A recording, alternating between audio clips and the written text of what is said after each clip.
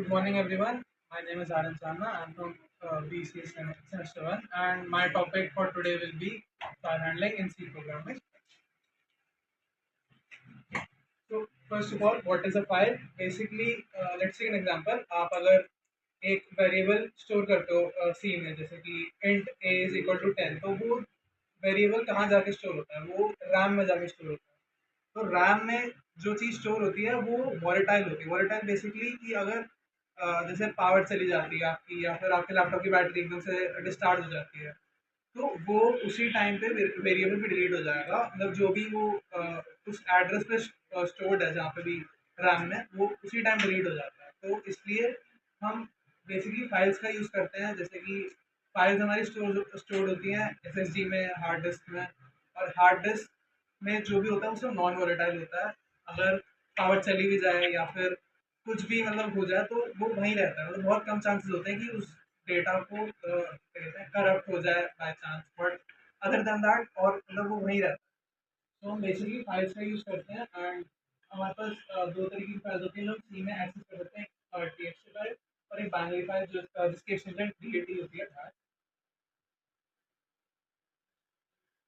So now what is file handling? File handling is basically हम सी के through उस file में कुछ ऑपरेशंस कर सकते हैं, जैसे कि राइटिंग, ओपनिंग और ओपनिंग, राइटिंग, रीडिंग और क्लोजिंग, या फिर उसको एक्सेस करना, बस कि उसमें random accessing the file, data in the file, जैसे मोस्टली ये बाइनरी में यूज होता है।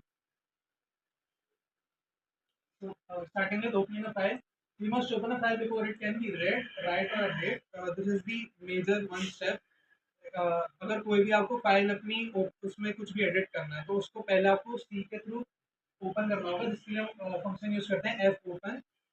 और उससे हम फाइल को ओपन कर सकते हैं। ये इसका सिंटैक्स है यहाँ पे। और फाइल ओपन करने के लिए हम फाइल पॉइंटर का यूज करते हैं, जो यहाँ पे स्टार्टिंग में लगाना रिक्वायर्ड होता है। इसके बिना वो फाइल हम एक्सेस नहीं कर सकते, क्योंकि वो पॉइंटर की पूरी उसमें एक्सेस करने का हमें वो देता है परमिशन।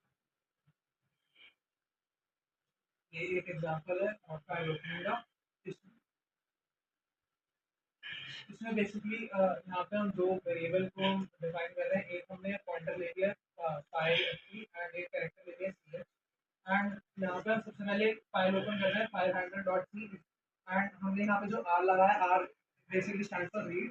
एंड इसमें आर डब्ल्यू भी होता है, जो बेसिकली होता है रीड एंड राइट। तो अभी हमने यहाँ से डाल लिया है। एंड हमने वाइल लूप चला के हम इसमें देख रहे हैं बेसिकली इस फाइल में उसको कैरेक्टर मिलते हैं, सी प्रोग्रामिंग को कैरेक्टर मिलते हैं ई ओ एफ उस फाइल में। तो वो हमको कौन सा होगा हमारे प्रिंट करके दे देगा। एंड वो उसके बाद ये फाइल क्लोज करते हैं। उसके बाद हमारा आता है फाइल क्लोजिंग, और जिसका हमारा फंक्शन होता है एफ क्लोज। इसको हम बेसिकली यूज करते हैं क्लोज करने के लिए फाइल एंड में। जब हमारा सारा टास्क उस फाइल के साथ हो जाता है, जो भी हमें करना है, रीड करना है, राइट करना है, उसके बाद हम फंक्शन यूज कर सकते हैं, करके फाइल क्लोज कर सकते हैं। फिर हमारे दो फंक्शन होते हैं, F print F and F scan. ये प्रिंट एफ से अलग होते हैं। ये सिर्फ फाइल के अंदर आपको कुछ प्रिंट करना है, फाइल के अंदर आपको कुछ स्कैन करने की, अगर फाइल के अंदर कुछ लिखा हुआ है, वही पर्टिकुलर चीज़ आपको लेनी है, तो उन दोनों चीज़ों के लिए फंक्शन यूज होते हैं। पहला हम देखेंगे एफ प्रिंट एफ। वो फंक्शन यूज होता है अगर आपको फाइल में कुछ लिखना है, जैसे कुछ भी डेटा आपको लिखना है कि I love C program etcetera, तो उसके लिए हम ये यूज करते हैं। और ये इसका सिंटैक्स है। ठीक है,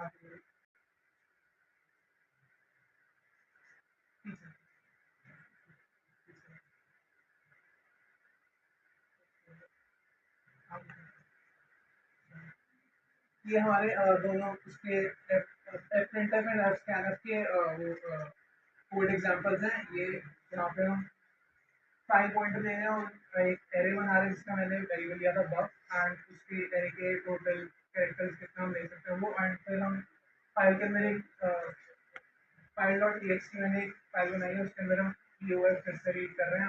अगर नहीं हुआ तो वो स्टॉप हो जाएगी, क्लोज हो जाएगी। एंड हुआ तो फिर वो प्रिंट करके कौन सा प्रिंट करेगा।